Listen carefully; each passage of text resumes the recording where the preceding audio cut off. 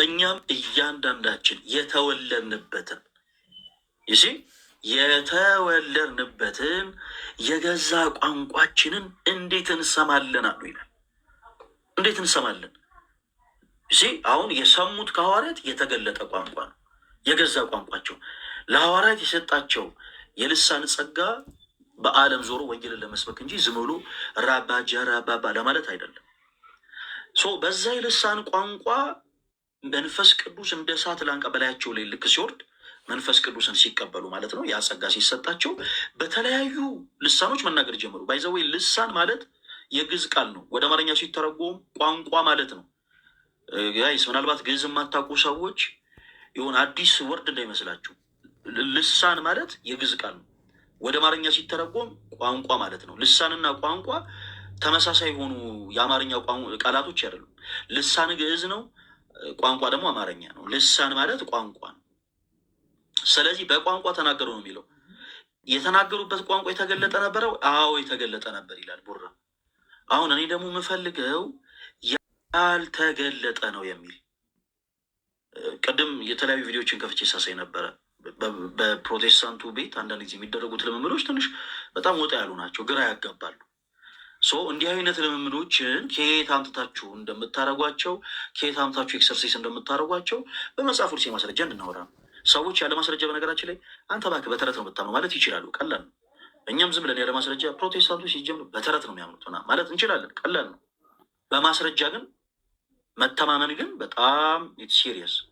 ስለዚህ ቡራ አሁን ያልተገለጠ ቋንቋን እኛ አዳራሽ ውስጥ እንዳለው ለሐዋርያትም የተሰጣቸው የልሳን ጸጋ ያልተገለጠ ነው የሚል ማስረጃ ስጠኝ። እሱ ነው የምፈልገው።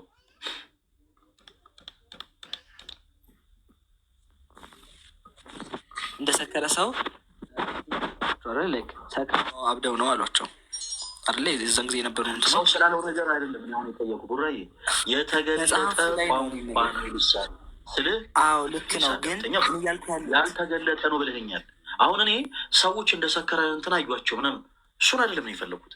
ያልተገለጠ ነው ራሱ ልሳንን እንደምት አድርጎ የሚናገር የመጽሐፍ ቅዱስ ማስረጃ ነገር ያልተገለጠ ቋንቋ ነው የሚል ሰዎች እንደ ክርስቶስን እኮ ውር ሲያበራ ጎባጣ ሲያቀና ድውይ ሲፈውስ አጋንንትን በአጋንንት አለቃ ነው የሚያወጣው ብለውታል። አሁን ሰዎች ምን አሉት አይደለም እኛ የምናወራው። ኢየሱስ አዳኝ ነበር ወይስ አይደለም ስንል ግን አዳኝ ነበር። አየህ መጽሐፍ ቅዱስ ያንን ይናገራል። ኢየሱስን ደግሞ የሚጠሉ ሰዎች ምን ሲሉት ነበረ? በአጋንንት አለቃ አጋንንትን ያወጣል፣ ብዔልዜቡል አለበት ሲሉት ነበር። ሰዎች ያሉትን እርሳው። ሰዎች ስለ ክርስቶስ፣ ሰዎች ስለ ሐዋርያት፣ ሰዎች ክርስቶስን ስለተከተሉ ሰዎች የተናገሩትን ነገር እርሳውና ስለ ልሳን መጽሐፍ ቅዱስ ምን ይላል? ያልተገለጠ ቋንቋን ይላል አልከኝ። እሱ ማስረጃ ስጠኝ። የመጨረሻ ዕድል ነው የምሰጥ። ምናልባት ብዙ ዝግጅቱ ከሌለ ቡራዬ ለሌሎች ሰዎች እድል ስጥ። አስወራኛ። አሁን እኮ ሀሳቤን ስጀምር እየቆረጥክብኝ ነው። እኔ ለማለት የፈለግኩት በዛን ጊዜ የነበሩ ሰዎች እንዴት እንደተረዷቸው በመጀመሪያ በልሳን በሚያወሩበት ጊዜ አሁን የተገለጠ ቋንቋ ቢሆን ኖሮ ሰዎቹ እንዴት ተረዱት? እርሳው እሱን ክርስቶስ እውር ሲያበራ ጎባጣ ሲያቀና ሰዎች እንዴት ተረዱት? ብዔልዜቡል አለ። የተለያየ ሀሳብ ነው እሱ። በአጋንንት የተለያየ አስጨርሰኝ ኖ ይሄን ሀሳብ አጨርሰው እንዴ ተው እሱን። አሁን እኔ ጠየቁት ጥያቄ ግን አብራራ። የማይሆንበት ምክንያት ስጨርስ ትነግረኛለህ። የማይሆንበትን ምክንያት ስጨርስ ትነግረኛለህ። አንድ ጊዜ አስጨርሰኝ ነው እኔ እያልኩ ያለሁት። በዛን ጊዜ የነበሩ ሰዎች የተረዷቸው እንደሰከረ ሰው ነው። ለምንድነው እንደሰከረ ሰው የተረዷቸው? የተገለጠ ቋንቋ ስላልሆነ። ለምንድን የተገለጠ ቋንቋ ቢሆን ኖሮ ማንም ሰው እንደሰከረ ሰው እንትን ሊላቸው አይችልም ነበር። ምክንያቱም የሚረዱትን ቋንቋ ወይ ኖርማል ቋንቋ ከሆነ ለምን እንደሰከረ ሰው እንትን ይሏቸዋል። ግን እያደረጉት የነበረው ነገር ወይም ደግሞ እያወሩት የነበረው ቋንቋ ለሰዎች ትርጉም የለውም። ለማያምን ሰው ምንም ትርጉም የለውም። ነገርየው በቃ የሰከረ ሰው የሚያደርገው ነገር እንደሆነ ነው ክፍሉም የሚናገረው። ስለዚህ በዛን ጊዜ የነበሩ ሰዎች እንዳበደ እንደሰከረ ሰው ነበረ እንትን ሲሏቸው የነበረው። አንተ ካልከው ሀሳብ ጋር ደግሞ ክርስቶስን በአጋንንት አለቃ ነው አጋንንት የሚያወጣው እሱ ሀሳብ ጋር አይገናኝም ይሄኛው ሀሳብ። ምክንያቱም እዚህ ጋር የሚናገርበት እንትንና እዛ ጋር የሚናገርበት እንትን የተለያየ ነው። ምክንያቱም በዛን ጊዜ ሰዎቹ በምን ብለው አሁን አማኝ ያልሆነ ሰው እኮ ከማመን እሱ ማለት ይቀለዋል። ላይክ ሰው ኢየሱስ በቅርታ በአጋንንት አለቃ ነው አጋንንት የሚያወጣው ማለት በቃ ከማያምን ሰው የሚጠበቅ ነገር ነው። ግን እዚህ ሀሳብ ላይ ግን ስንመጣ ማንም ሰው የሚረዳውና የማይረዳው ቋንቋ አለ አይደለ? ስለዚህ ያ የማይረዳው ቋንቋ ሲወራበት እንደምን አዩቸው? በዛ አካባቢ የነበሩ ሰዎች እንደምን አዩቸው? እንደ ሰካራምና እንዳበደ ሰው አዩቸው። ለምን አዩቸው? ቋንቋው ሊረዱት ስላልቻሉ፣ ቋንቋው ከነሱ እንትን የራቀ ስለነበር። ለዛ ነው አሁንም በዚህ ጊዜ እንደ ዝም ብሎ የተፈጠረ ቋንቋ ወይም ደግሞ ዝም ብለን የምንለው አይነት ነገር የመሰለው እንጂ ይሄ የመንፈስ ቅዱስ ስጦታ ነው። የመንፈስ ቅዱስ አንተ እስኪ የእንትን ስለመሆኑ ማስረጃ አለ? ላይክ ሰዎች የሚረዱት ቋንቋ ስለመሆኑ አሁን ለምሳሌ የእንትን ስድ ንባብ ካልሆነ የተሰጠ ቋንቋ ከሆነ ላይክ የተገለጠ ቋንቋ ከሆነ ሰዎች መረዳት አለባቸው። እኔ ሳወራ አንተ መረዳት አለብህ። ስለዚህ እንደሱ የመሆኑን እስኪ ማስረጃ ካለ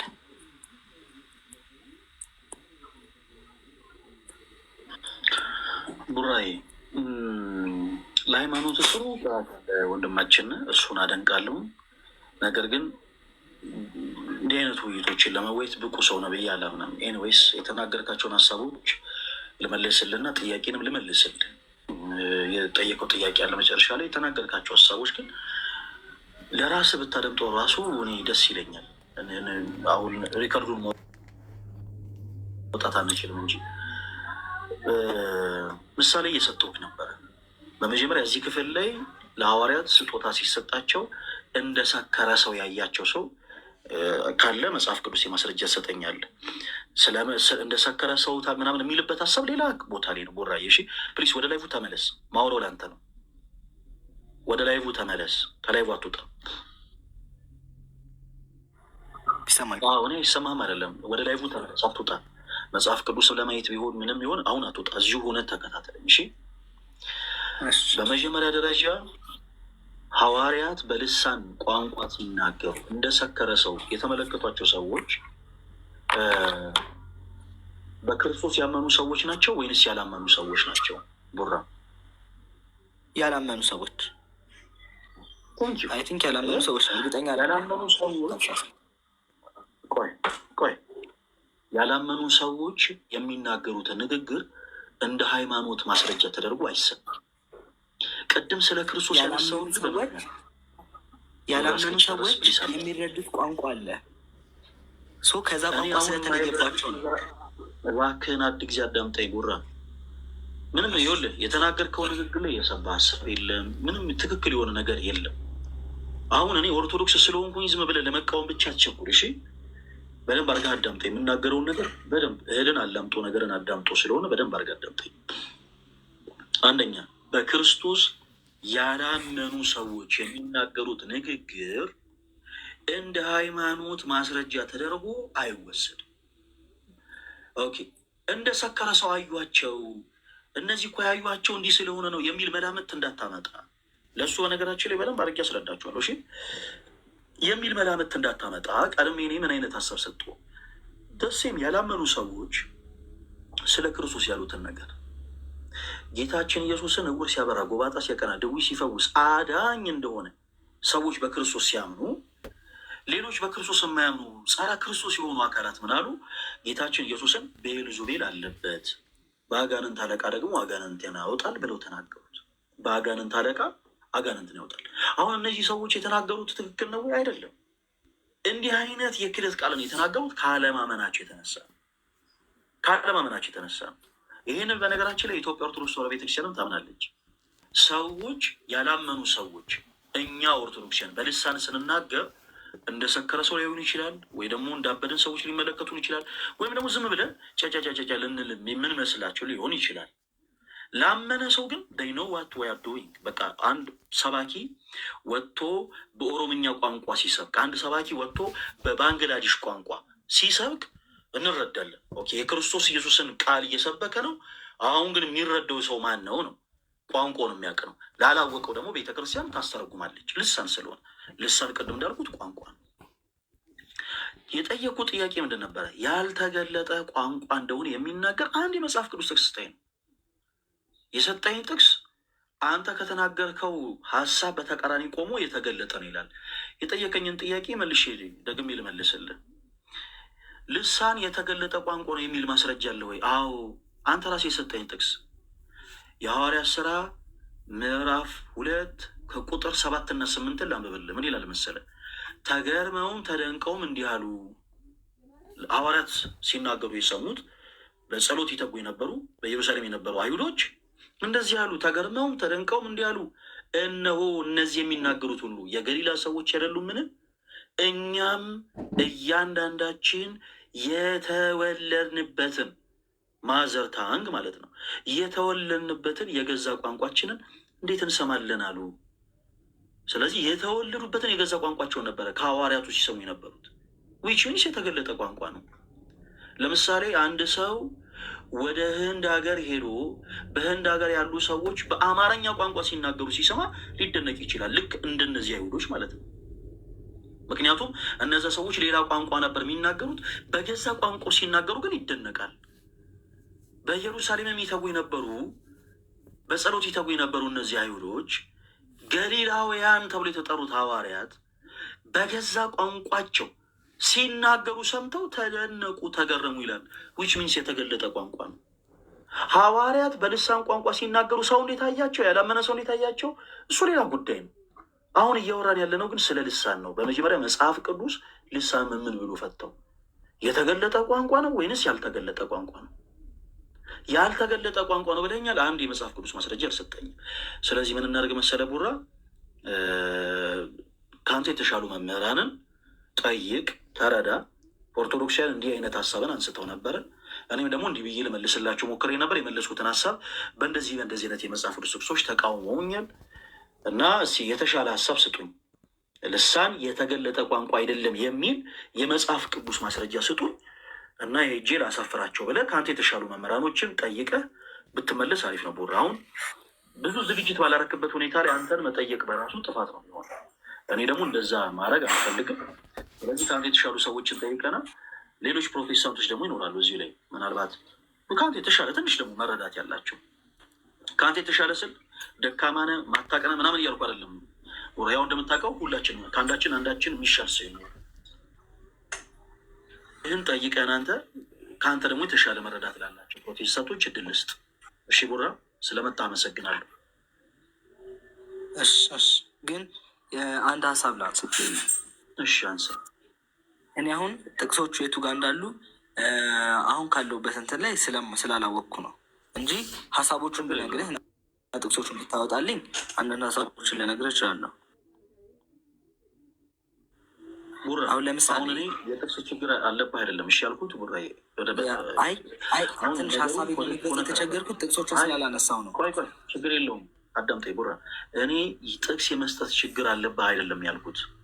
ጥቅስ የመስጠት ብቻ ሳይሆን የመጽሐፍ ቅዱሱን ሀሳብ በመላት ራሱ በማብራራቱ ጉዳይ ላይ ትንሽ እኔ ልክ ያልሆኑ ነገሮችን እየተመለከቱ እንደ ኦርቶዶክስ አይደለም እንደ ፕሮቴስታንትም ጭምር ጠንካራ የሆነ የፕሮቴስታንት ሀሳብን አይደለም አሁን የሰጠኸው ነው። ስለዚህ ምን እናደርግ? አንድ ልዩነት አለ ቡራ፣ አንተ ጋርና እኔ ጋር አንድ ልዩነት አለ። ለምሳሌ ጥቅስ ለመስጠት የሚመች ቦታ ላይ አይደለህም ምናምን አንድ ስልክን ያዝከው። እኔ ደግሞ ከአንተ በተቃራኒ ተዘጋጅቼ ነው የገባሁት። ጥቅስ ለመስጠት ተዘጋጅቼ ነው የገባሁት። ሀሳብ ለመቆም ተዘጋጅቼ ነው የገባሁት። ስለዚህ በእኔና በአንተ መካከል ልዩነት አለ ማለት ነው። እኔ ተዘጋጅቻለሁ፣ አንተ ደግሞ አልተዘጋጀህም። ይሄ ደግሞ ያጋጥማል። ኦርቶዶክስ ስሙኝ፣ እኔ ፕሮቴስታንቶች ቤት ሂጅ ስወያይ ተዘጋጅቶ የሚጠብቀኝ ፕሮቴስታንት ጋር እኩል ልወያይ ላልችል ይሆናል። ሁሌ ተዘጋጅቼ ማልኖር ከሆነ ማለት ነው። ምናልባት እኔ ካልተዘጋጀ ደግሞ ይሄ ጥቅስ ጠፍቶኛል ምናልባት እንትን ሊሆን ይችላል እያልኩ ልናገር ይችላል። እንዲህ አይነቱ ነገር ያጋጥማል። አሁን ምንድን ነው ግን ያልኩ ቢሬዲ በቃ ዝግጁ ሁንና ነገ በተመሳሳይ ሰዓት ላይቭ እንገባለን። በደንብ ዝግጁ ሁን። የመጽሐፍ ቅዱስ ጥቅሶችን ሰብስብ። የተገለጠ ቋንቋ እንዳልሆነ የሚናገር ሀሳብን በደንብ ሊገዛልህ የሚችል በደንብ ልታብራራበት የምትችላቸው ጥቅሶች በአጠቃላይ በደንብ ያዝና መምህራኖችህን ያለህበት ቸርች ውስጥ መምህራኖች አሉ አይደለ? ቡራ የሚያስተምሩ መምህራኖች አሉ አይደል? ፓስተሮችህን ትጠይቅና ከዛኛ ጋር ትመጣለህ። በቃ ይኸው ባለፈው እንዲህ አይነት ሀሳብ ስተነሱልኝ ነበር። ይኸው ይኸው ለዚህ ጥያቄ ይኸው የሚል ምላሽን ሰጠናለን። እኔ እንደዛ ስለማልወድ ነው። አሁን አንዳንድ ቦታ ላይ ኦርቶዶክስ የሆነ ሰዎች ገብተው ገስ ላይ ማርያም አምላክ ናት ምናምን ሲሉ አንዳንድ ፕሮቴስታንት ይኸው ጉዲው እግዚኦ ኦርቶዶክስ ጉድሽ ፈላ ማርያም አምላክ ናት አሉ ምናምን ብለው ድራማ ይሰራል። ያልተዘጋጀ ሰው አንዳንድ ጊዜ ያልተዘጋጀበትን ነገር ሊናገር ይችላል። ባይሆን ትልቁ ግን ሰውን ሊያነጽ የሚችለው ነገር ግን ምንድን ነው? እስቲ መምህራኖቻቸውን ጠይቁ። አሁን ያቺ ሴት ማርያም አምላክ ናት ስትል ኦርቶዶክስ ቤተክርስቲያን እንዲህ ብላ ታስተምር እህት፣ እስቲ ሂጂና የኦርቶዶክስ ቤተክርስቲያን መምህራን ምን ብለው እንደሚያስተምሩ ጠይቀሽ በፍቅር ከዛ በኋላ እሷ ጠይቃ ትመጣለች። ሀሳቧን አብዴት ታደርጋለች፣ ከእናንተ ጋር ትሆናለች። እና ቡራዬ አንተም የሰጠሁት ግብዣ ያንን ነው። ጠይቀና ከዛ በኋላ እናወራለን። እሺ አሁን ሌላ ሀሳብ እንዳትጨምር ሌሎች ሰዎች እድል እሰጣለሁ። እሺ ቡራ ስለመጣ አመሰግናለሁ።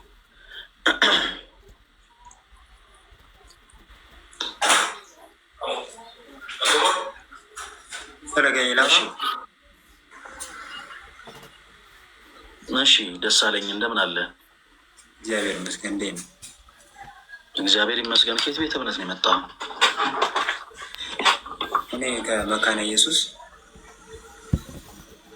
ኦኬ ከመካነ ኢየሱስ። ኦኬ እዚህ ወደ ላይ እናንተ ቤተክርስቲያን አስተምሮ ለየት ያለ ይመስለኛል። ወይስ እስቲ ከመካነ ኢየሱስ በፕሮቴስታንት አዳራሽ ውስጥ ያሉ የልሳን ልምምዶች መጽሐፍ ቅዱሳዊ ናቸው ብለህ ታምናለህ ደሳለኝ? አዎ መጽሐፍ ቅዱሳዊ ናቸው ብዬ የማምንበት አሁን ካነሳቸው መነሻ ብዬ ማነሳው አሁን ራዘራ ወይም ወንድማችን በቀደም የሚያወራው ያነሳው የራሱ የሆነ ሀሳብ ቢሆንም አዎ አሁን በዚህ ላደንቅ እፈልጋለሁ። ስለመከርከው ምክር አስፈላጊው ምክር ሰጥተዋል። እኔ ግን አንተን ጥያቄ ልጠይቅ የፈለግኩት የተገለጠ ነው ያልተገለጠ ነው በሚለው ሳይሆን አሁን እግዚአብሔር ታዲያ በመንፈስ ካልሆኑ መረዳት እንደማይችሉ በመጽሐፍ ቅዱስ ልሳንን በተለየ ቋንቋ አድርጎ ያስቀምጣል በመጽሐፍ ቅዱስ ማለት ነው። እሺ እና አንተ አሁን የምትለው አማርኛን እኔ እናንተ በምንግባባው ቋንቋ መጽሐፍ ቅዱስ ወይም እነ ጳውሎስ ያወሩ የነበሩት እነ ጳውሎስ ጸልየው በተከታዮቻቸው ላይ ሲያስቀምጡ የነበሩት ይሄ በመንፈስ ቅዱስ አማካኝነት የሚወርደው ቋንቋ ከአማርኛው ጋር እኩል ነው ማለት ነው ወይስ እንዴት ነው? እኔ ያልገባኝ ጥያቄ የሆነልኝ ማለት ነው። አንተ ስታወራ አሁን ቋንቋ ነው ብላል አይደል? በግዕዝ ልሳን የሚለው ቃል በግዕዝ ቋንቋ የሚል ነው። በግዕዝ በአማርኛ ቋንቋ የሚል ነው። በግዕዝ ደግሞ ልሳን ነው ብለሃል፣ አስተምረህናል። አመሰግናለሁ። ግን ከአማርኛው ጋር አቻ ላቻ ይጫወታሉ። ይሄ ቋንቋ በመንፈስ ቅዱስ የምንቀበለው አይደለም ወይ? አሁን ምዕራፍ 2 ላይም የተነሳው ሀሳብ በመንፈስ ቅዱስ የተቀበሉት አይደለም ወይ? ወረደባቸው የሚለው መንፈስ ቅዱስ ከሆነ እነኛም ደግሞ የተሳለቁቱ አናቅም ብለው ነው ይህንን ቋንቋ ይሄ ቋንቋ የተለየ ቋንቋ ነው ብለው ያፌዙባቸው ስለነበረ ነው። ሌላ ቦታ ደግሞ አንድ ቆሮንቶስ ላይ ደግሞ ሲያወራ ጳውሎስ ለእግዚአብሔር ይናገራሉና ይላል። ለእግዚአብሔር ይናገራሉና ማለት በመንፈስ ካልሆነ በስተቀር ሰው ሊረዳው አይችልም። ይህ ማለት ሀሳብን አያስቀምጥም ወይ? እስቲ በዚህ ላይ ሀሳብ ጨምር። እሺ መልካም ደሳለኝ ስለመጣ በጣም ነው የምናመሰግነው። ጊዜ ያክብርልን። ትልቅ ብዙ ጊዜ ማያቸውን ስህተቶች ልንገራችሁ። በፕሮቴስታንት ቤት በተለይ የቋንቋ ስህተቶች ነው ያለው። በመጽሐፍ ቅዱስ ውስጥ በስርዋጽ የገቡ የግዕዝ ቃላቶች አሉ እና እነዛን የግዕዝ ቃላቶች ካለመረዳት የተነሳ በተለያዩ የፕሮቴስታንት ቤቶች ሰዎች የተለያየ አይነት ትርጉምን ለመስጠት ሲሞክሩ እመለከታለሁ። በነገራችን ላይ የመጽሐፍ ቅዱስ መዝገበ ቃላትን ሁላችሁም ገልጣችሁ ማንበብ ትችላላችሁ። ልሳን እኔ ከነገርኩበት አገላለጽ ውጭ አይተረጉመውም። የመጽሐፍ ቅዱስ መዝገበ ቃላት እንግዲህ ማንም ሰው የሆነን ሀሳብ ሲተረጉም ከመጽሐፍ ቅዱስ መዝገበ ቃላት ውጭ መተርጎም አይችልም። ከሆነ የራሱን ገበያን ያቀረበው ማለት ነው። የመጽሐፍ ቅዱስ መዝገበ ቃላትን በተለይ ፕሮቴስታንት እህቶች፣ ወንድሞች ገልጣችሁ ብታነቡ እመክራለሁ። በመጽሐፍ ቅዱስ ውስጥ በስርዋጽ የገቡ በጣም ብዙ የግዕዝ ቃላቶች አሉ። ከነዚ ውስጥ አንዱ ለምሳሌ እግዚአብሔር ነው። እግዚአብሔር አሁን የግዕዝ ቃል ነው። ምን ማለት ነው ሲባል አንድ ፕሮቴስታንት ማስረዳት ሊከብደው ይችላል ምን ማለት እንደሆነ። ግን ስናረ ቢግድል በቃ ቋንቋ ነው፣ ጀስ ቋንቋ ነው። የምን ቋንቋ ነው? የግዕዝ ነው። ሪፈር አድርጎ ግን ሰው መናገር ይችላል። ያ ግን የግዕዝ ቋንቋ እንደሆነ አንድ ሰው ሳያቅ ሳይረዳ ዝም ብሎ በዘፈቀደ እግዚአብሔር ማለት እንዲህ ነው የሚል ከሆነ ግን ስህተት ነው። በቃ ቅድም እንዳልኳችሁ እግዚአብሔር የሚለው ቃል የግዕዝ ቋንቋ ነው። ወደ አማርኛ ሲተረጎም አብ፣ ወልድ፣ መንፈስ ቅዱስ የዓለማት ሁሉ ጌታ የሚል ትርጉምን ነው የሚሰጠው። እግዚ ስንል ወልድ እግዚአብሔር፣ አብ ስንል አብ እግዚአብሔር፣ ሄር ስንል መንፈስ ቅዱስ እግዚአብሔር። ሄር ቲት ይባበ ኩሎሙ ቅዱሳን። ሄር ስንል መንፈስ ቅዱስ እግዚአብሔር እያልን ነው።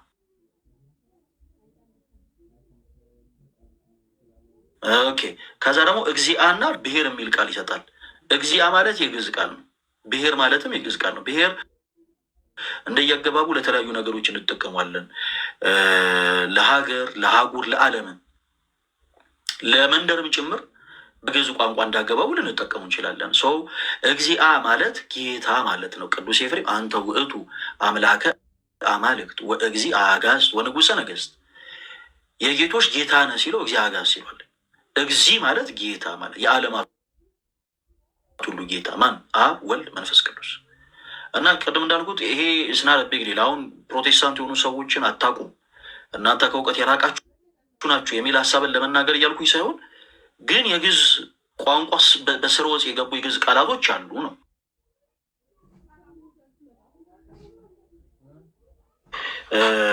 አንድ የግዕዝ መጽሐፍ ቅዱስ አለ ላሳያችሁ። ይሄ መጽሐፍ ቅዱስ ክፍሉ ሲናገር ከላይ ምን ይላል?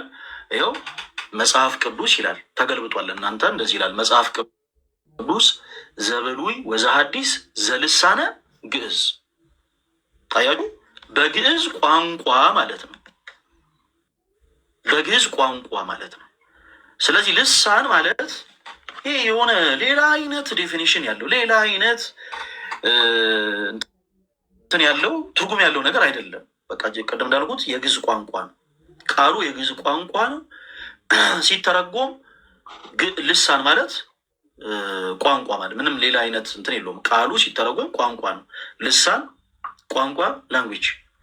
አሁን ላንጉጅ በእንግሊዝኛ ላንጉጅ ማለት ብዙ እንግሊዝኛ ላይ ጎበዝ አይደለሁኝም እና ላንጉጅ ማለት ወደ አማርኛ ሲተረጎም ምንድን ነው? ቋንቋ ማለት ነው። እና ላንጉጅ እና ቋንቋ አንድ ሰው ደጋግሞ ስለጠራው ግን የተለያየ ትርጉም አለው ማለት አይደለም። እና ልሳን ልክ እንደ አማርኛ ያለ ቋንቋ ነው ወይ? አዎ ነው። መጽሐፍ ቅዱስ ከዚህ የወጣ ሀሳብን አይናገርም። እና ደሱ አንድ ግራ የገባህን አንድ ነጥብ ላስቀምጥልህ። ለሐዋርያት የልሳን ጸጋ የተሰጣቸው ለምንድን ነበረ? ደሱም እስኪ እሱን ብቻ አንድ ጊዜ ንገረኝ እና የጠየቀኝን ሀሳብ ላብራራል። ለሐዋርያት የልሳን ጸጋ የተሰጠበት ትልቁ ሪዝም ምንድን ነበር? ምክንያቱ ምንድን ነው? ደሱ አንተ ነው የጠየቁት። እሺ የሰማው ስለሆነ እሺ ለሐዋርያት የተሰጠበት ምናልባት እኔ በግሌ ስለማጠናም ሲያስተምሮኝም ከሰማው ምናልባት በልዩነት እየተሰጣቸውም የነበረው ወይም በልዩነት እየተቀበሉ ያሉበት መንገድ መጀመሪያ ለክርስቶስ ያላቸውን ምልከታ ያሳደጉ ስለሆነ ወይም በክርስቶስ ላይ ያላቸውን እምነት ያሳደጉ ስለሆነ በ19ኛው ሐዋርያ ስራም ጳውሎስ እያደረገ ያለው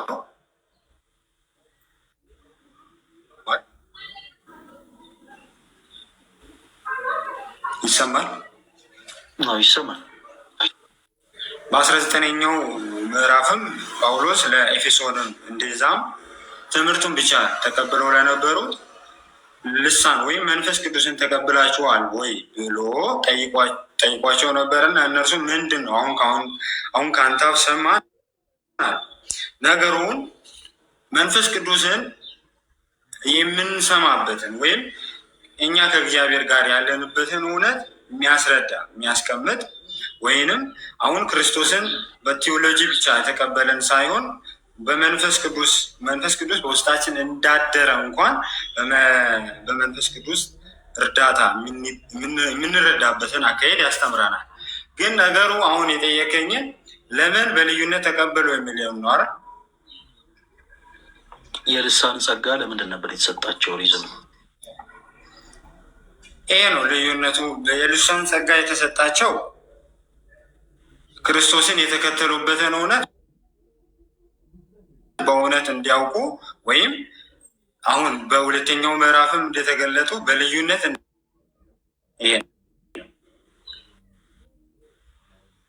እሺ ለሱ ምን አለ መሰለ ነው መሰለ የጠየቁት ለሐዋርያት የልሳን ጸጋ የተሰጣቸው ለምንድን ነበር ነው ጥያቄው። ለምንድን ነበር? ሪዝኑ ምንድን ነው ስንል ሪዝኑ አንድ ነው። እሺ ሪዝኑ ደግሞ በዓለም ሁሉ ዞረው ወንጌልን ይሰብኩ ዘንድ ነው። ደሱ በዓለም ሁሉ ዞረው ወንጌልን ይሰብኩ ዘንድ ነው።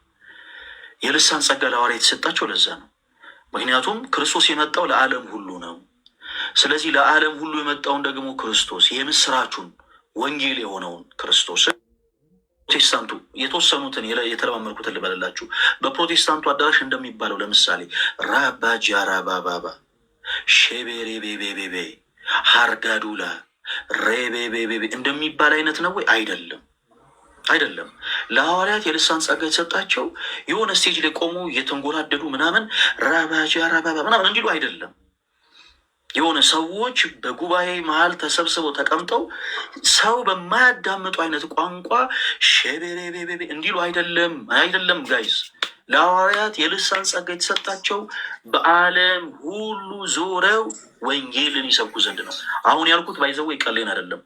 የተለያዩ ቪዲዮዎች ላይ የፕሮቴስታንት አገልጋዮች ሲሏቸው የሰሟቸውን ልሳን ብሎ የጠሯቸውን ቃላቶች ሸምድጃቸው ነው ለማስተማር ያክል የሸመደድኩት ነው። እንዴት እንደዛ አለ? ከየትኛው የመጽሐፍ ቅዱስ ክፍል ለገፈ? በመጀመሪያ መቼ ነው ለሐዋርያት የልሳን ጸጋ ላለመሆኑ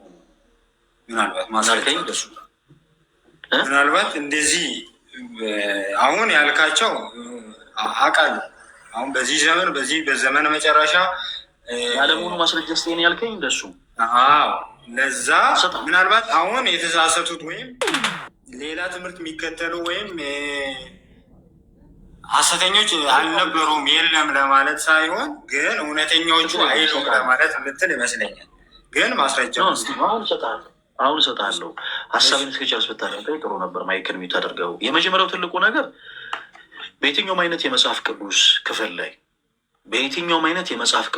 ላይ በየትኞቹም ደግሞ የኤርሊ ቸርች ፋዘርስ ትምህርት ላይ በየትኛውም ማለት ነው በየትኛውም ገጽ ላይ እንዲህ አይነት እንግዳ ልምምድን የተለማመደ አንድ ኤርሊ ቸርች ፋዘር ተዉት ሌላውንና አንድ ሐዋርያ ልጠቅሱልኝ አትችሉ። የትኛው ፕሮቴስታንት ሊጠቅስልኝ አይችልም። ዛሬ ላይ ለምሳሌ በቸርች ውስጥ አንድ የፕሮቴስታንት አገር ላይ ሼቤሬቤቤቤቤ ላለው ልምምድ የተመለከትኩት ከገሌ ነው ብሎ የሚጠቅሰው አንድም ሐዋርያ የለም። እንዲህ አይነቱ ነገር በአማርኛ ቋንቋ ሲባል ምን ይባላል? ወፍ ዘራሽ ነው ማለት ድንገት የሆነ ነው እንጂ ልክ እንደ ክህነት በሐዋርያ ቅብብሎሽ የመጣ ጉዳይ አይደለም። እንደዚህ አይነት ጉዳይ አይደለም። ለምሳሌ ኢየሱስ ያድናል ስንል እኛ መጽሐፍ ቅዱስ መሰረታለን። ኢየሱስ ሲያድንም ተመልክተናል። ሐዋርያትም የኢየሱስ ክርስቶስን አዳኝነት ሰብከውልናል። ኢየሱስ ያድናል ለማለታችን ሪዝን አለ ነው? ያው አለን። በቂ የሆነ እግዚአብሔር አንድም ሶስትም ነው ስንል እኛ ራሳችን ዝም ብለን ከመጽሐፍ ቅዱስ ወጣ ብለን ዝም ብለን ሰብሰብ ብለን ሻይ ቡና እየጠጣን የፈጠርነው ትምህርት አይደለም። መጽሐፍ ቅዱስ መሰረት አለው። መጽሐፍ ቅዱስ የሆነ መሰረት። አሁን ለእንዲህ አይነቱ ልምዶች መጽሐፍ ቅዱስ መሰረት አለው የለም። ትልቁ ነገር ያ ነው። ሲቀጥል የተገለጠ ቋንቋ ነው የሚለው ሀሳብ ደግሞ ገዢ ይሆናል። የተገለጠ ቋንቋ ነው። ለሐዋርያት ልሳን መቼ ነበር የሰጣቸው? የሐዋርያት ሥራ ምዕራፍ 2 ከቁጥር 1 በዓለ ሃምሳ የተባለው ቀን በደረሰ ጊዜ ሁሉም በአንድ ልብ ሆነው አብረው ሳሉ ድንገት እንደሚነጠቅ አውሎ ነፋስ ከሰማይ ድምፅ መጣ፣ ተቀምጠውም የነበሩበትን ቤት ሁሉ ሞላው። እንደ እሳትም የተከፋፈሉ ልሳኖች ታዩአቸው፣ በእያንዳንዳቸውም ላይ ተቀመጡባቸው። በሁሉም መንፈስ ቅዱስ ሞላባቸው። ከዚያስ መንፈስ የሚናገሩ ዘንድ እንደሰጣቸው በሌላ ልሳኖች ምን ይሉ ጀመር? ይናገሩ ጀመር። ከሰማይ በታች ካሉ ሕዝብ ሁሉ በጸሎት የተጉ አይሁድ በኢየሩሳሌም ይኖሩ ነበር። እሺ፣ ይህም ድምፅ በሆነ ጊዜ ሕዝብ ሁሉ ምን አለ? ተሰበሰቡ። እያንዳንዱም በገዛ ቋንቋው ይሰማል። ደሱ በደንብ እየሰማኝ። እሺ፣ በገዛ ቋንቋው ዓለም ላይ ባለ ቋንቋ ማለት ነው። በገዛ ቋንቋው ሲናገሩ ይሰማ ስለነበር የሚሉትን አጡ። ተገርመውም ተደንቀውም እንዲህ አሉ፣ እነሆ እነዚህ የሚናገሩት ሁሉ የገሊላ ሰዎች አይደሉምን? እኛም እያንዳንዳችን የተወለድንበትን የገዛ ቋንቋችን እንዴት እንሰማለን? የጳርቴና የሜድ ኢላሜጤም ሰዎች በሁለት ወንዝ መካከል በይሁዳም በቀቤዶም በጳንጦስም በኢስያም በፍርጊያም በጵንፍልያም በግብፅም በቀሬና በኩል ባሉት በሊቢያ ወረዳዎች የምንኖር በሮሜም የምንቀመጥ አይሁድ ወደ ይሁዲነትም የገባን የቀርጤስና የአረብ ሰዎች እነዚህ ሁሉ የተጠቀሱ ነው። የእግዚአብሔርን ታላቅ ስራ በልሳኖቻችን ሲናገሩ እንሰማቸዋለን አለ። ይህ ሁሉም ተገርመው አመንትተው እርስ በርሳቸው እንጃ ይህ ምን ይሆናሉ ይላል። ከእነሱ መካከል የግብፅን ቋንቋ የሚናገር ነበረ፣ በጸሎት ይተጉ ከነበሩት አይሁዶች ማለት ነው። በቀሬናም በኩል ደግሞ በሊቢያ ወረዳዎች የሚኖሩ ነበረ። በሮሜም ደግሞ የነበሩ በሮሜም የሚቀመጡ ነበሩ። የቀርጤስና የአረብ ሰዎች ይላል። ይህ የእነዚህን ሁሉ ሰዎች በጸሎት ይተጉ ከኢየሩሳሌም የነበሩ በጸሎት ይተጉ የነበሩ አይሁዶች ተብሎ የተጠሩት በአጠቃላይ የእኛን የገዛ ቋንቋችንን ሲናገሩ እንዴት እንሰማለን አሉ ይላል። እንዴት እንሰማለን? ይህ ይሄ በጣም ድንቅ ነው። የኔ ተወዳጅ እንዴት እንሰማለን ማለት ነው። እንዴት እንሰማለን ማለት ቀላል ምሳሌ ልስጥ። እንዴት እንሰማለን ማለት ምንድን ነው መሰለ? በአጭሩ እየተባለ ያለው ለምሳሌ እኔ እናንተ ሀበሾች ነን የምንናገረው። ለምሳሌ ቲፒካሊ የአማርኛ ቋንቋ ነው የምንበል ሀበሾች ነን እና አንድ የጀርመን ዜግነት ያለው ሰው መጥቶ እኔ እናንተ ባለንበት ቦታ ላይ አማርኛንም ጉራገኛ ነው አስበው ፊት ለፊታችን ቆሞ ወይም ዋሪ ወይም ነሪ ጎይታ ሽኩር ሲል ትደነግጣለህ። እንዴ ይሄ ሰው የጀርመን ቋንቋ አይደል እንዴት እንዲሁ በእኛ ቋንቋ የሚናገረው ብለው እንደመደንገጥ ነው። እዚህ ጋር ያሉት በጸሎት ይተጉ የነበሩ በኢየሩሳሌም የነበሩ አይሁዶችም የደነገጡት። ምክንያቱም ሐዋርያት የገሊላ ሰዎች ነበሩ፣ የእነሱን ቋንቋ የሚናገሩ አይነት ሰዎች አልነበሩ። ይሄን ሰሙና ደነገጡ። ሐዋርያት ደነገጡ። ለምንድን ደነገጡ? ምክንያቱም የገዛ ቋንቋቸው ሲናገሩ ስለሰሙ። እንደ አንድ ፈረንጅ ለምሳሌ መጥቶ አካሞልተኒ ነጉማ ፈያ ኬቲ አፋን ኦሮሞ ቤክታ ምናምን ቢል ትደነግጣለህ። እኔ አማርኛ ብናገርም ይሄ ሰው እየተናገረ ያለው የኔን ሀገር ቋንቋ ነው። ስለዚህ እጅግ በጣም ያስደነግጣል። በተመሳሳይ ደግሞ ሌላም ለምሳሌ ወላይተኛ ቢናገር የአንድ የአረብ ሀገር ሰው ወይ የኩዌት ወይ የባህሬን ወይ የሳውዲ አረቢያ ወይ የየመን ዜግነት ያለው ሰው መጥቶ አይመላጋ ሚዴቲ ጦሳ ያንጆ ምናምን ቢል ትደነግጣለህ። ምክንያቱም የተናገረው ቋንቋ የእኛ ሀገር ቋንቋ ስለሆነ። የተናገረው ቋንቋ ግን የተገለጠ ነው ወይስ አይደለም? የተገለጠ ነው።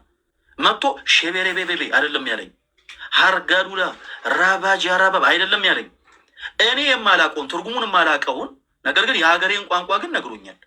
ወላይተኛ ላላቅ ይችላሉ፣ ጉራገኛ ላላቅ ይችላሉ፣ ኦሮምኛ ላላቅ ይችላሉ። መጥቶ በትግረኛ ከማይሀደርኩም እንታይ ኮንኩም ጠፊሆም እንደዚህ ብሎ ለምሳሌ ሲናገር ልደነግጥ ይችላሉ። ያ ሰው ዜግነቱ የካናዳ ሀገር ሰው ሆኖ እንዴት ይህን ሀገር ቋንቋ ተናገረላለሁ? የተገለጠ ቋንቋን የተናገሩት ሐዋርያት። እዚህ ጋርም ያሉ ሰዎች ደግሞ የገዛ ቋንቋችንን ይኸው ቁጥር 7 እና 8 ላመበል ደግሜ ተገርመውም ተደንቀውም እንዲህ አሉ፣ እነሆ እነዚህ የሚናገሩት ሁሉ የገሊላ ሰዎች አይደሉምን? እኛም እያንዳንዳችን የተወለድንበትን የገዛ ቋንቋችን እንዴት እንሰማለን አሉ ይላል። እንዴት እንሰማለን? ሀው እንዴት ሆኑ? በጣም ተገረሙ። ለሐዋርያት ይሄ ጸጋ የተሰጣቸው ወደሱ ለምንድን ነው? በዓለም ሁሉ ዞር ወንጌልን ይሰብኩ ዘንድ ነው። ይሄ ጸጋ የልሳን ጸጋ ይባላል። ቱርክ ሀገር የደረሰው ሐዋርያ የቱርክ ሀገርን ፊደል ሳይቆጥር የቱርክ ሀገርን የሰዋሰው ትምህርት ምናምን ሳይማር ቱርክ ሀገር እንደደረሰ በቱርክ ቋንቋ የክርስቶስ ኢየሱስን ወንጌል ሰበከ። ቱርክ ሀገር እንደደረሰ ከዚህ በፊት ቱርክ ሀገር ሄዶ አያውቅም። ቫኬሽን ሄዶ አያውቅም። ለመዝናናት ሀገሪቷን አይቷት አያውቅም። ቱርክ ሀገር ግን እንደደረሰ በቱርክ ቋንቋ የቱርክ ሀገርን በቱርከኛ ቋንቋ የክርስቶስ ኢየሱስን ወንጌል ሰበከ። ወደ ህንድ የሄደውም ሐዋርያ የህንድ ሀገርን ቋንቋ ሳያውቅ በህንድ ቋንቋ ፊደልን ትምህርት ሳይማር ፊደል ሳይቆጥር ህንድ ሀገር እንደደረሰ የክርስቶስ ኢየሱስን ወንጌል በህንድ ቋንቋ ተናገረ። አንድ ሌላ ነገር ልጨምርላችሁ እዚህ ጋር ስለ ትርጉም ስለሚናገር ደሱ በጉባኤ መሀል በልሳን የሚናገር ቢኖር በልሳን የሚናገር ቢኖርና ልሳኑ የማይረዳ ቢኖር ምን ይኖር ይላል የእግዚአብሔር ቃል። ቆሮንቶስ ላይ መጣበታለሁ። ተርጓሚ ይኖር ይላል። ለምሳሌ እዚህ ልደት ለእኛ ወንድማችን ነው። ልደት የሆነ ሰዓት ላይ በቲክቶክ ፕላትፎርም ላይ ሰዎችን ስብሰባ አድርጎ በኦሮምኛ ቋንቋ ተሰጥ ነበር። አሁን ለምሳሌ ኦሮምኛ አንድ ልሳን ነው፣ ቋንቋ ነው። በኦሮምኛ ሲሰብክ ከስር 1400 ሰዎች አሉን። በዚህ ጋር በደንብ አዳምጡ። ከ1400 ሰዎች ውስጥ 400ዎቹ ኦሮምኛ ቋንቋን የማይሰሙ ከሆነ የሚተረጉምላቸው ሰው ሊቀመጥ ይገባል። ለምን? ለህይወት አይሆናቸውማ። ለህይወት አይሆናቸው። ማይተረጎምላቸው ከሆነ ለህይወት አይሆናቸው። ለህይወት የሚሆናቸው የክርስቶስ ኢየሱስ ቃል በእነሱ ቋንቋ ሲተረጉምላቸው ነው። ለምሳሌ አንድ ሰው መጥቶ መቃባ ከኒልማ ምናምን ሲል ኦሮምኛ ቋንቋ የሚሰማ ሰው ምንም ግራ ሊገባው ይችላል፣ ግጥምም ሊመስለው ይችላል። ያንን ግን የሚተረጉምለት ሰው ካለ ቃለ እግዚአብሔር እንደሆነ የሚተረጉምለት ሰው ካለ ግን ተረጋግቶ ያዳምጣል። ለምሳሌ አንድ ሰው ተነስቶ ጦቆጦ ሲኔና ጦቆጦ ሲኔና ሲል የሆነ ዝም ብሎ ይሄ የሆነ የወላይታኛ ዘፈንን እየዘፈነ ሊመስል ይችላል። ቃሉን ግን የሚተረጉምለት ሰው ሲኖር ግን በአማርኛ ቋንቋ የሚተረጉምለት ሰው ሲኖር ግን ቃሉ ዝማሬ እንደሆነ ለምስጋና የቀረበ እንደሆነ ይረዳዋል። ለህይወት ሆነው ማለት ነው። ካልሆነ ግን ካልተረዳው ግን ሰው በጣም ባይዘው አንድ ነገር ላስታውሳችሁ እዚህ ጋር የኔ ተወዳጆች በጣም አሳጥረ ቆይ ደሱ አንድ ጊዜ ፕሊስ አዳምጠኝ። ለህይወት አይሆነው ማለት ቋንቋን ካልተረዳች ጭራሽ አይረዳው ማለት ነው። የዘጠናዎቹ ልጆች አላችሁ፣ በዘጠናዎቹ የተወለዳችሁ የዘጠናዎቹ ዘፈን እየሰማችሁ ያደጋችሁ አላችሁ። በዘጠናዎቹ በተለይ እኔ ያደግኩበት ፈረንሳይ ለጋሲዮን ሰፈር በፕሮቴስታንት መዝሙር ሰው ናላው እስኪዞር ድረስ ጠጥቶ ሰክሮ ጨፍሯል። በጣም የሚገርማችሁ ነገር አንድ ነበረ ኢት ኢዝ ሃፕኒንግ አጌን ሚል አሁን እኔ ቆይ ደሱ ያን ጊዜ ፕሊስ ሰው ሳስረዳ ጣልቃ አትግባ ፕሊስ አዳምጠኝ ጋይስ በደንብ አዳምጡኝ። እንዲህ አይነት መዝሙር ነበር የፕሮቴስታንት ኢት ኢዝ ሃፕኒንግ አጌን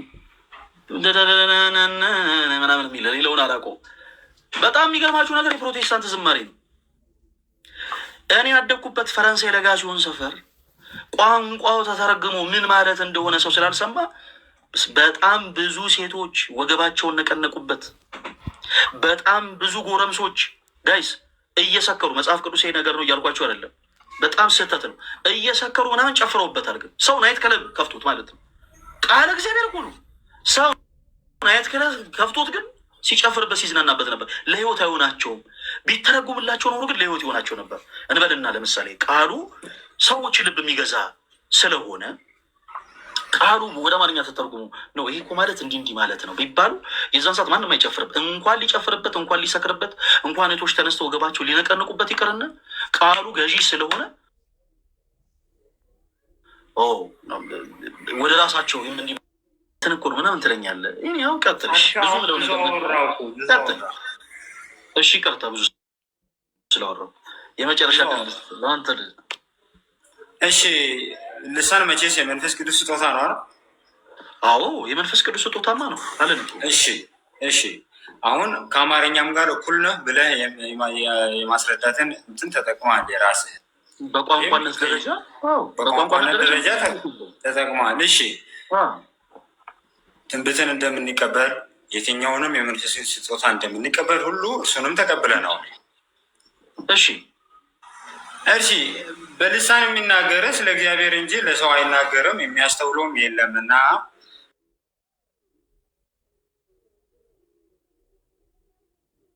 በመንፈስ ግን ምስጢርን ይናገራል ይላል በልሳን አንደኛ ቆሮንቶስ 10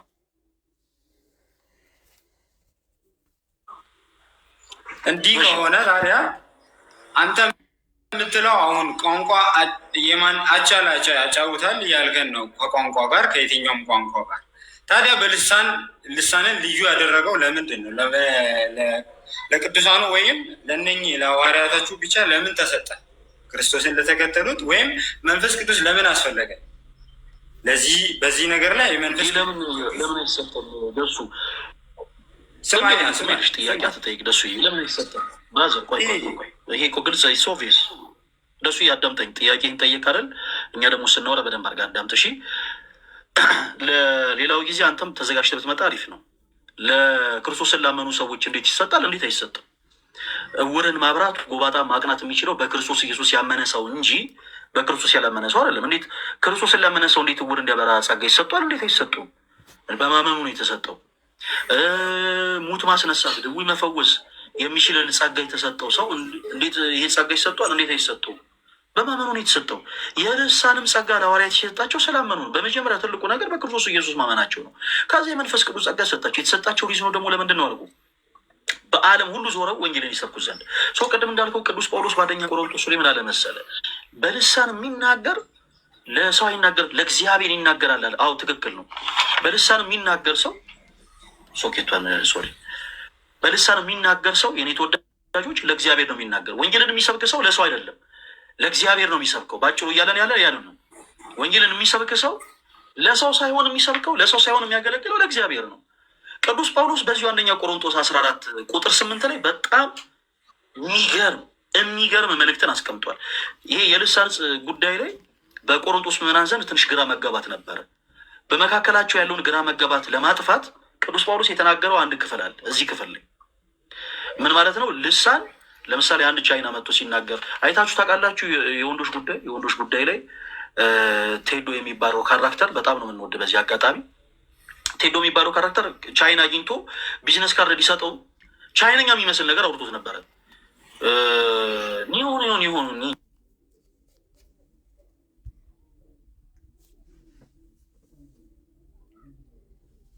የሚናገሩ ሰዎችን አይተው እንግዲህ የሆነ ነገርን ለመናገር እንግዲህ የሆነ ነገርን ኤክሰርሳይዝ ለማድረግ ሲሞክሩ ጳውሎስ ስለተመለከታቸው እንደዚህ አለ። አንደኛ ቆሮንቶስ ምዕራፍ 14 ቁጥር 8 ላይ እንደዚህ ይላል። ደግሞም ይላል ቅዱስ ጳውሎስ መለከት የማይገለጥን ድምፅ ቢሰጥ ለጦርነት ማን ይዘጋጃል? ይሰማል። በቀደመው ዘመን ልክ ጦርነት ሲኖር ሀገር በጦር ስትከበብ እያንዳንዱ ወታደር ሰው ለጦርነት ይዘጋጅ ዘንድ መለከትን ይመታል። እናም ጳውሎስ እንደዚህ አለ። ደግሞ መለከት የማይገለጥን ድምፅ ቢሰጥ ለጦርነት ማን ይዘጋጃል? ከዛ 9 ላይ እንደዚህ አለ።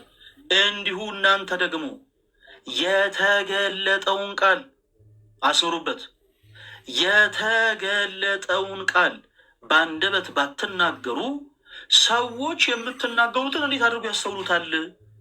እንዴት አድርገው ያስተውሉታል? ለነፋስ የምትናገሩ ትሆናላችሁ ይላል። እኔ አይደለም ያልኩት ጳውሎስ ነው። ስለዚህ አንድ ሰው ተነስቶ የተገለጠ ቃል መናገር ይችላል። ሲጀመር በልሳን የሚናገር እያንዳንዱ አካል በልሳን መናገር ያለበት ወንጌልን ለመስበክ ነው። አዳራሽ ላይ ለምሳሌ ስቴጅ ላይ ወጥቼ እኔ ራባጃራባባ ሼቤሬቤቤቤ ምናምን እንዲህ አይነት አገልግሎት የለም። በልሳን አንድ ሰው መናገር ያለበት የክርስቶስን ወንጌል ለመስበክ ነው። ምሳሌ ልስጣችሁ። የኢትዮጵያ ኦርቶዶክስ ተዋሕዶ ቤተክርስቲያን በልሳን ቋንቋ የክርስቶስ ኢየሱስን ወንጌል ሰብካለች። ለምሳሌ ዋሽንግተን ዲሲ በጣም ብዙ ነጭ የሆኑ ዜጎች የቀጥተኛውን እውነተኛውን መንገድ እንዲቀበሉ አድርጋለች። ሀብተ ወልድና ስመ ክርስትና እንዲያገኙ አድርጋለች። የክርስቶስን ወንጌል የሰበከቻቸው ግን በአማርኛ ቋንቋ አይደለም፣ በገዛ ቋንቋቸው ልክ ሐዋርያት በልሳን ቋንቋ ሲናገሩ በጸሎት ይተጉ የነበሩ ከኢየሩሳሌም የነበሩ አይሁዶች የእኛን ቋንቋ እንዴት ሲናገሩ እንሰማለን ብለው ተገርመው እንደነበረ ሁሉ ኦርቶዶክስ ቅድስት ቤተክርስቲያን አሜሪካ ስትሄድ የአሜሪካ ዜግነት ያለውን ሰው በራሱ በገዛ ቋንቋ ነው የምታስተምረው። ህንድ ውስጥ ስትሄድ የህንድ ዜግነት ያለውን ሰው በገዛ ቋንቋ ነው የምታስተምረው። ቤኒሻንጉል ጉምዝ ስትሄድ በግዕዝ አይደለም የምታስተምረው። ወእመሰ ይፈቀርክሙ ሰሚዖቴ መጥባት የተበላክሙ እያለች በግዕዝ አታስተምረው። ምን ሊጠቅም? በግዕዝ ሳይሆን በራሱ በቤኒሻንጉል ጉምዘኛ ቋንቋ ታስተምረዋለች። ሳውዝ አፍሪካ ስትሄድ ሳውዝ አፍሪካ ያለውን ህዝብ በአጠቃላይ የክርስቶስ ኢየሱስ ወንጌል የምታስተምረው በራሱ ቋንቋ ነው። ኬንያ ስትሄድ ሞምባሳም ናይሮቢም በራሳቸው ቋንቋ ነው የምታስተምራቸው። ሶማሌም ክልል አፋር ክልልም የትም ቦታ ስትሄድ ኦርቶዶክስ ቅዱስ ቤተክርስቲያን በገዛ ቋንቋቸው ነው የምታስተምራቸው፣ በልሳን ማለት ነው። አያችሁ፣ የእኛ ቤተክርስቲያን ካህናት በልሳን ቋንቋ ወንጌልን ይሰብካሉ። እስቴጅ ላይ ወጥተው ግን ሼቤሬቤቤ አይሉም። እንዲህ አይነት ልሳን የለም። የልሳን ጸጋ የተሰጠው ወንጌልን ለመስበክ ነው። ስለዚህ ወንጌልን ስትሰብኩ ደግሞ የተገለጠ ቋንቋ መሆን አለበት። የተገለጠ ቋንቋ ካልሆነ ግን ምን አለ ቅዱስ ጳውሎስ? እንዲሁ እናንተ ደግሞ ልክ መለከት የማይገለጥ ድምፅን ቢሰጥ ለጦርነት ማንም እንደማይዘጋጅ ሁሉ እናንተም ደግሞ የተገለጠውን ቃል በአንደበት ባትናገሩ ሰዎች የምትናገሩት እንዴት አድርገው ያስሩታል? ለነፋስ የምትናገሩ ትሆናላችሁና አለ። ስለዚህ ለነፋስ የሚናገር ሰው ይበዛል ማለት ነው በፕሮቴስታንቱ ቤት። ምክንያቱም ልሳን የተገለጠ ቋንቋ ነው። ልሳን ከመንፈስ ቅዱስ የተሰጠ ስጦታ ነው። ለእነማ? ለሐዋርያት። ሐዋርያት ይህንን ጸጋ የተቀበሉት የልሳንን ጸጋ ከመንፈስ ቅዱስ የተቀበሉት በዓለም ሁሉ ዞረው ወንጌልን ለመስበክ ነው። ሌላ ዓላማ የለውም። የሆነ ስቴጅ ላይ ቆመው ትርኢት ለማሳየት ሾው ለማሳየት አይደለም። ወይም ደግሞ የሆነ ልክ የሆነ ነገር ተች አደረገኝ የሚል ነገርን ለማሳየት አይደለም፣ ወንጌልን ለመስበክ ነው የልሳን ጸጋ የተሰጣቸው። ስለዚህ ቅዱስ ጳውሎስም እንዳለው ልሳን የተገለጠ ቋንቋ ነው። የሐዋርያት ሥራ ምዕራፍ 2 ከቁጥር 1 ላይ ጀምሮ ከመጀመሪያው ጀምሮ ደግሞ እንደተመለከት ነው ለሐዋርያት የተሰጣቸው ያ ጸጋ ከመጀመሪያው ጀምሮ የተገለጠ ቋንቋ ነበረ። የተገለጠ ቋንቋ ነው ልሳን ባጭሩ። ከዛ ውጭ ግን በልሳን ቋንቋ ሲነገር ተርጓሚ ያስፈልጋል ይላል። እንዳትረሱ፣ ተርጓሚ ያስፈልጋል ማለት ልሳኑን የሚናገር ቋንቋውን የሚናገረው በቋንቋው የሚሰብከው ሰው ምናልባት የማያዳምጠው ሰው ቢኖር ቋንቋውን እንዲረዳ ተርጓሚ መኖር አለበት። በልሳን የሚናገር ወይ ራሱን መተርጎም አለበት። በልሳን ተናግሮ ግን መተርጎም የማይችል ከሆነ ግን ተርጓሚ ሊኖር ይገባል። ለምሳሌ ጉራጌኛ ቋንቋ ብቻ ቢችል ሰው በጉራጌኛ ቋንቋ ሲሰብክ በመሀል የኦሮምኛ ቋንቋ ተናጋሪዎች ቢኖሩ በቋንቋቸው የሚተረጉምላቸው ሰው ሊኖር ይገባል። ካለበዚያ ግን ለሕይወት አይሆናቸውም ይላል ጳውሎስ። ለሕይወት አይሆናቸውም። ቅድም እንዳልኳችሁ ሰዎች በ90ዎቹ ዓመተ ምህረት ላይ በፕሮቴስታንት እንትን ጨፍረው ያውቃሉ። ምሳሌ እኔ ልበልላችሁ። አሁን ደግሞ ቺን ሪከርድ አድርጉና ደግሞ ፈለገ ዘፈነ እንዳትሉ። የፕሮቴስታንት መዝሙር ነው ይህ መዝሙር። አሁን እኔ እምልላችሁ ሰው ግን የሚገርም ዳንስ ጨፍሮበታል። Under your blood, listen me, under your blood, Jesus ever cover me, under your blood. Under your blood, listen me, under your blood, Jesus ever cover me, under your blood. የተዛ ጋር ሲዘመር የነበረው ሰው ንበልና ምሳሌ ልስጣችሁ። ሲዘመር የነበረው ሰው በመካከል የእሱን ቃል የሚተረጉም ሰው አብሮ ቢኖር እነዚህ ሰዎች ለሕይወት ይሆናችሁ ነበር። ምናልባት የሚናገረው ቃል እግዚአብሔር እንደሆነ አውቀው ያው ትንሽ ጥንቃቄ ያደርጉበት ነበር። ሳያውቁት ግን በፕሮቴስታንት መዝሙር ጨፈረዋል። እነዚህ ሰዎች ሳያውቁት፣ ሊያውም ክርስቶስ የማይወደውን አጋንንት ይጨፈራል ማለት ነው። ስለዚህ በልሳን የሚናገር ሰው ሲኖር በመካከል ምን ሊኖር ይገባል? ተርጓሚ ሊኖር ይገባል። ልሳን የተገለጠ ቋንቋ ነው ወይ? አዎ። መጽሐፍ ቅዱስ የሐዋርያት ሥራ ምዕራፍ 2 ከቁጥር 7 እና 8 ላይ እንደሚናገረው አዎ የተገለጠ ቋንቋ ነው።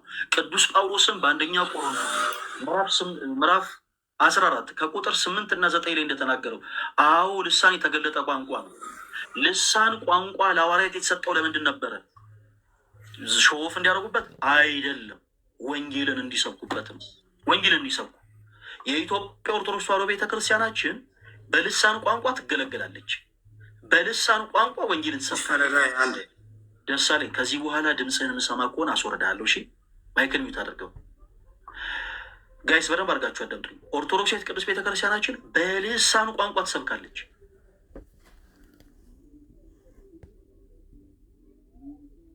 በጣም ኢምንት ነው፣ በጣት የሚቆጠር ነው።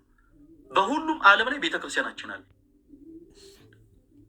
በሁሉም ዓለም ላይ ባህሬን ብትሉት፣ ዱባይ ብትሉት፣ አሜሪካን ብትሉት፣ ካናዳን ብትሉት፣ እንግሊዝን ብትሉት፣ በሁሉም ቦታ ላይ ኢቨን የፕሮቴስታንት በተለይ ስፔሻሊ የሉተራን ቸርቾችን በአጠቃላይ እየገዛን ያለ ነው አሁን እኛ ነን ኦርቶዶክሲያን። በውጭ ዓለም አማኞች እየጠፉባቸው ስለሆነ ቸርቾቻቸውን በጣም ብዙ ሉተራን ቸርቾች እየሸጡ ነው። ያንን እየገዛን ያለ ነው እኛ ነን። መረጃው አለን። ቁም ነገር ነው የምላችሁ።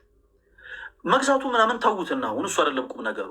በሁሉም ዓለም ላይ በህንድም፣ በቻይና፣ በጃፓን፣ በኮሪያ በተለያየ ቦታ ላይ ባሉን አብያተ ክርስቲያናት በአጠቃላይ ወንጌልን የምንሰብከው ሰዎች በሚሰሙት በገዛ ቋንቋቸው እንጂ በአማርኛና በግዕዝኛ አይደለም።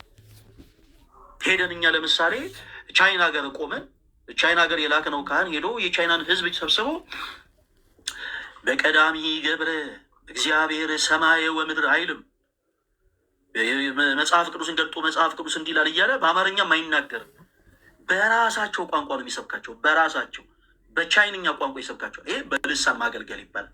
ሐዋርያት በልሳን ዞረው ወንጌልን የሰበኩት።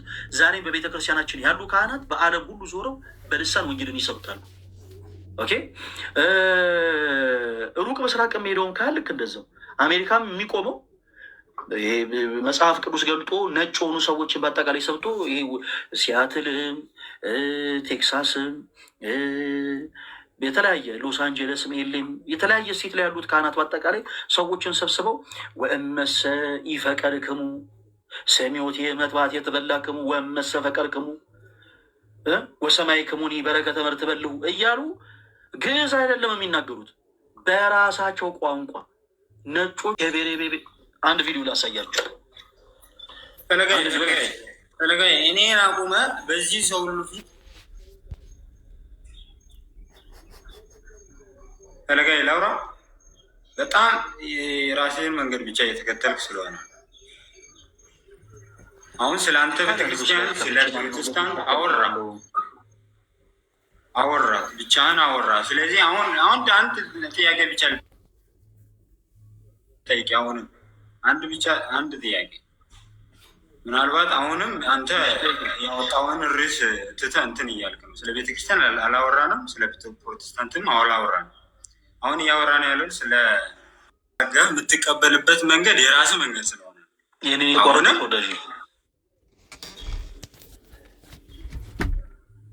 ይሰማል። ቀጥል። እየሰማሁ ነው። አሁን እየሰማሁ ነው። ቀጥል። አንተ አሁን እየተረዳ ያለበት መንገድ በመጽሐፍ ቅዱሱ አውድ እንዳልሆነ ልንገር። መጀመሪያ መጽሐፍ ቅዱስን የምትቀበልበት አውድ እንደ ራስ እንደሆነ ያስረዳል። ለምሳሌ ይሄ ቋንቋ ከጉራኛም ከትግረኛም አሁን ካልካቸው ከሮመኛም እኩል ከሆነ መንፈስ ቅዱስ አጋዥነት ለምን አስፈለገ የሚለውን ጥያቄ ያስነሳል። ሁለተኛ ደግሞ በመንፈስ ቅዱስ እግዚአብሔር ይናገራል ይላል። እሱን ጥያቄ መልስልህ። ወደ ሁለተኛው ጥያቄ ከመሄድ በፊት እሱን ጥያቄ ልመልስልህ። የልሳን ጸጋ ለሐዋርያት ሲሰጣቸው ከመንፈስ ቅዱስ ለምን ተሰጣቸው? ወንጌልን ለመስበክ።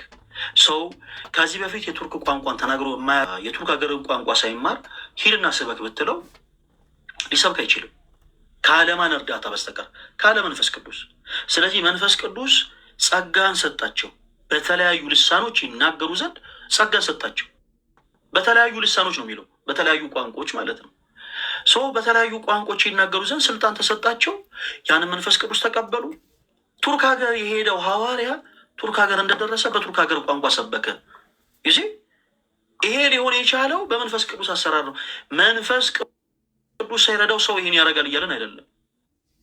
የልሳን ስጦታ ቅድም እንዳልኩት ፕሮቴስታንት አዳራሽ ጋር ከሚደረገው ልምምድ ጋር ፈጽሞ ይለያያል። ለሱ ጦሳ ያንጆ ሲልም ዝም ብለህ አሜን የምትል ከሆነ ግራ ተጋብታል ማለት ነው። ጦሳ ያንጆ ሲል አንተም ጦሳ ያንጆ ነው ማለት ያለብህ። ስለዚህ ቋንቋውን ሰው ሳይረዳ ዝም ብሎ አሜን አይልም። ፕሮቴስታንት አዳራሽ ውስጥ ያለው ነገር ከመጽሐፍ ቅዱስ እውነት የሸሸ ነው። ደሱ ምንም የምታስተባብለው ነገር የለም። እኔ ፕሮቴስታንት ወንድሞቼ በጣም ነው የምወዳችሁ። በዚህ አጋጣሚ በጣም ነው የምወዳችሁ፣ በጣም ነው የማከብራችሁ፣ በጣም ነው የምወዳችሁ፣ በጣም ነው የማከብራችሁ። ነገር ግን በፕሮቴስታንት አዳራሽ ውስጥ ያለው ልምምድ ግን መጽሐፍ ቅዱስ ማለት ግን አንችልም። አንድ ቪዲዮ ላሳያችሁ። ፕሊስ ይህን ለምልበት ሀሳብ የሚደግፈኝም አንድ ቪዲዮ ብቻ ላሳያችሁ።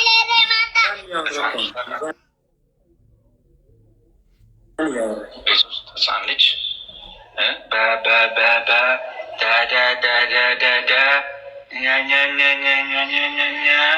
ያወራ የሆነ ነገር ይላል አይደለ? እሱ ባብሊንግ ይባላል። ለምሳሌ ዝም በለች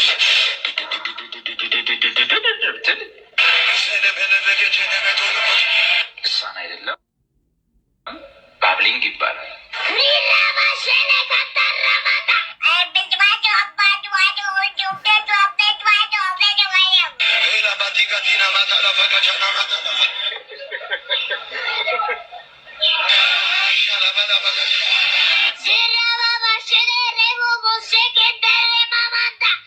አመሰግናለሁ። እሺ ግን አልመለስክልኝም።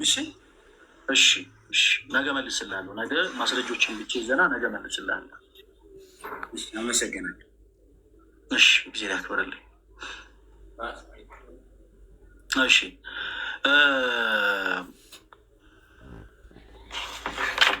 ትንሽ ቪዲዮን ለማሳየት ያቆምኩት ለምንድን ነው? ትንሽ ቀል ይበዛዋል እና መበሻሸቅ ምናምን እንዳይመስል ብዬ ነው ያቆምኩት። የኔ ተወዳጆች፣ በመጀመሪያ ፕሮቴስታንት የሆናችሁ ቶች ወንድሞች ከዚህ ትምህርት ጋር ተያይዞ ስፔሻሊ በጣም ሲሪየስ የሆነ አቋም እንዳላችሁ አውቃለሁ። በጣም ሲሪየስ የሆነ እና የሆኑ ሀሳቦችን ስንቃወም ምናምን የእናንተን አስተምሮ ለመናቅ ምናምን እንዳይመስላችሁ። እንደዚህ የማድረግ አላማው ስለሌለን ይልቁኑ ግን በፍቅር የያዛችሁት ነገር ስህተት እንደሆነ ስለተረዳን በፍቅር በማስረጃ ግን እንደው እንድትረዱን እናንተም በትህትና እንጠይቃለን። ኢቫን የሚል አካውንት አለ። የመጨረሻ ልቀበል። ኢቫን ሰላም ወንድማችን፣ እንዴት ነህ? ደህና ነህ ወይ? እግዚአብሔር ይመስገን። እንደምን አለ ኢቫን? ከየት ቤተ እምነት ነው የመጣ ነው? እኔ ፔንቴኮስታል ነኝ፣ ወንጌል አማኝ ነኝ።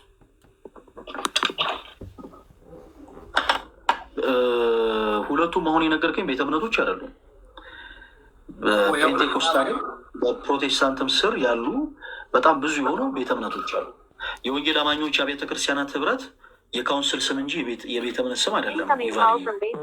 የዌብሳይቱን ገብታችሁ ማየት ቼክ ማድረግ ትችላላችሁ።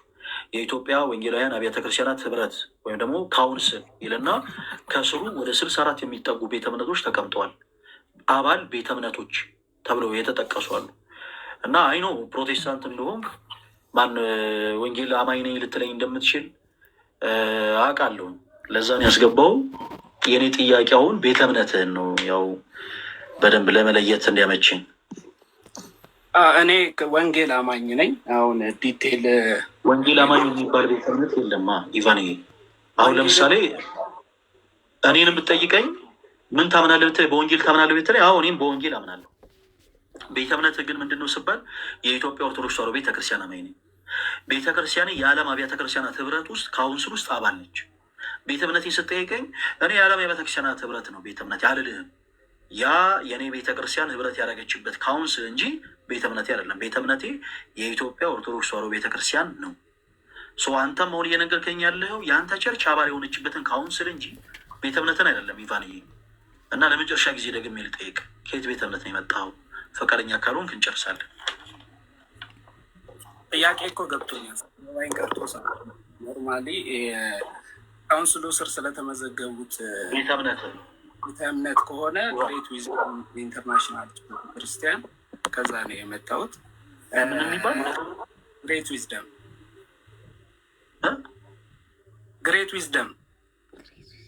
ግሬት ዊዝደም የሚባል እውነት ለመናገር በወንጌላውያን አብያተ ክርስቲያናት ህብረት ውስጥ ካሉ 64 አባል ቤተ እምነቶች ውስጥ ስለ እውነት የለም። ኢቫን የምትችል ከሆነ ፕሊስ ሰርች አድርገና አንድ ጊዜ ዌብሳይቱን ካሜራ ክፈትና በትልቁ ላድርገና ታሳየናለህ። እኔ ግሬት ዊዝደም ወይ ከሆነ ሌላ አሁን ለምሳሌ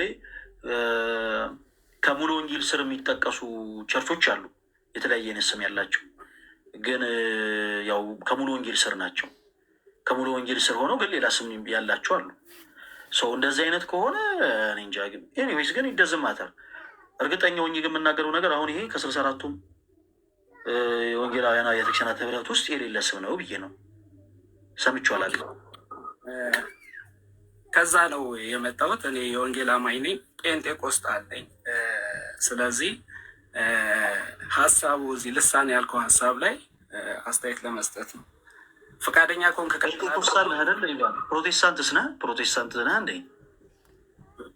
ፕሮቴስታንት ነኝ። ፕሮቴስታንት ሆኜ ግን ጴንጤቆስጣል ስለሚለያይ ፕሮቴስታንት እና ጴንጤቆስጣል ይለያያል አይደል? ኢቫን የረስተው ነው ስለሚለያይ ነው ኦልሬዲ ጥሩ። የመንፈስ ቅዱስ አሰራርን የሚቀበሉት ፕሮቴስታንቶች ናቸው ወይስ ጴንጤቆስጣሎች? ኢቫን ሙሉ ለሙሉ ጠቅልላችሁ ፕሮቴስታንት ስለተባለ ስፔሲፊካሊ አይ ነው እኔ ለይችን የጠየቁ ይኸው የመንፈስ ቅዱስን አሰራር የሚቀበሉት ጴንጤቆስጣሎች ናቸው ወይንስ ፕሮቴስታንቶች ናቸው?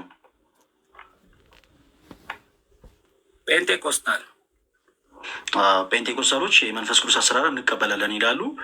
ከዛ ፕሮቴስታንቶች ደግሞ አይቀበሉም። ሽሚስ ጴንጤቆስጣሎች የሚቀበሉትን የመንፈስ ቅዱስ አሰራር ያሉትን ነገር አይቀበሉትም። እና ሁለቱ ልዩነት አለው። ቴንኪዩ፣ እናመሰግናለን ኢቫን። ስለ ልሳን እናውራ። ልሳን የተገለጠ ቋንቋ ነው ወይንስ በብሊንግ ነው? የተገለጠ ቋንቋ ነው። ልሳን ስለሚባለው ያው ቅድም እኮ ስፔሲፊካሊ በግልጽ ቋንቋ ልሳን ቋንቋ ነው ተብሎ ተፈቷል። ሌላ ነገር አያስፈልግም፣ ቋንቋ ነው በቃ። ነገር ግን አሁን እዚህ ጋር ሀሳቤን ከመስጠት በፊት ልል የምፈልገው አንድ ነገር አለ። ያው ስጀምር አካባቢ ነው የገባሁት፣ ዝም ብዬ ሳዳምጥ ነበረ። ምክንያቱም ግብረ ገብነት የሚባል ነገር አለ። አንተ እድል ሳሰጥኝ አንተ ቤት መጥቼ ማይክ እየከፈቱ ማውራት ስለማልችል ነው። ግን አንዳንድ ጊዜ እኛ የምንናገራቸው ንግግሮች ሰዎች የሚታነጹበት፣ ሌሎችን ያከበረ መሆን አለበት ብዬ አምናለሁ። ለምሳሌ እኔ የኦርቶዶክስ ተዋሕዶ ቤተክርስቲያን አስተምህሮ ችግር ካለ በመጽሐፍ ቅዱስ እውነት ገልጬ ይሄ ስህተት ነው ብዬ ልናገር እችላለሁ እንጂ ኦርቶዶክስ ቤተክርስቲያን በመተቸት ልከብር፣ ሰውን ላከብር፣ እግዚአብሔርንም አምላክንም ላከብር አልችልም። ፕሮቴስታንት የሆኑ እህቶች ወንድሞቼንም ጴንጤቆስታል የሆኑ እህት ወንድሞቼንም ሁሉንም እወዳቸዋለሁ። የምወዳቸው ለወረት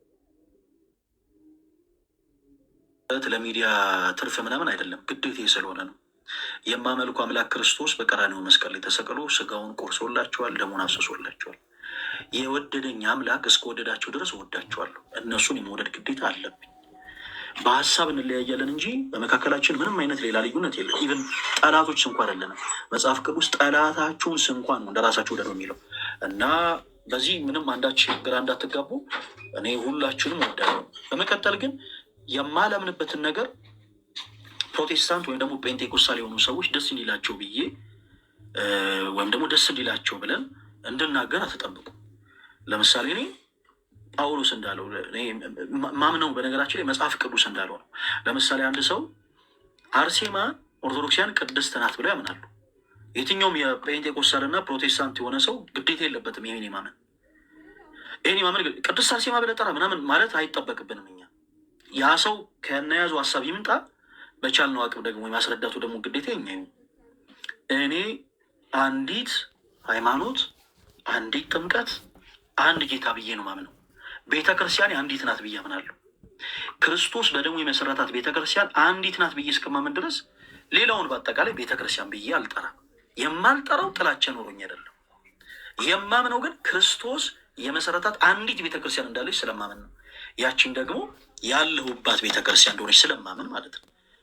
አዳራሽ ማለት ውርደት አይደለም። ባይዘወይ አንድ ሰው መጥቶ ኦርቶዶክሳውያን በቴምፕላቸው ኦርቶዶክሳውያን በግንባቸው ውስጥ ምናምን ሊል ይችላል። ይደዝማተር ቤተክርስቲያን አለ አላለ እኛ በምናወራበት አፍ የግድ ተናገርልን ማለት ግዴታ የለብንም። ቀደም እንዳልኳችሁ ለምሳሌ አንዲት ሴት ሶሻል ሚዲያ ላይ ሲዘዋወር ተመልክቻለሁ እና አርሴማ ጣዖት ናት አለች። ፕሮቴስታንት ነች።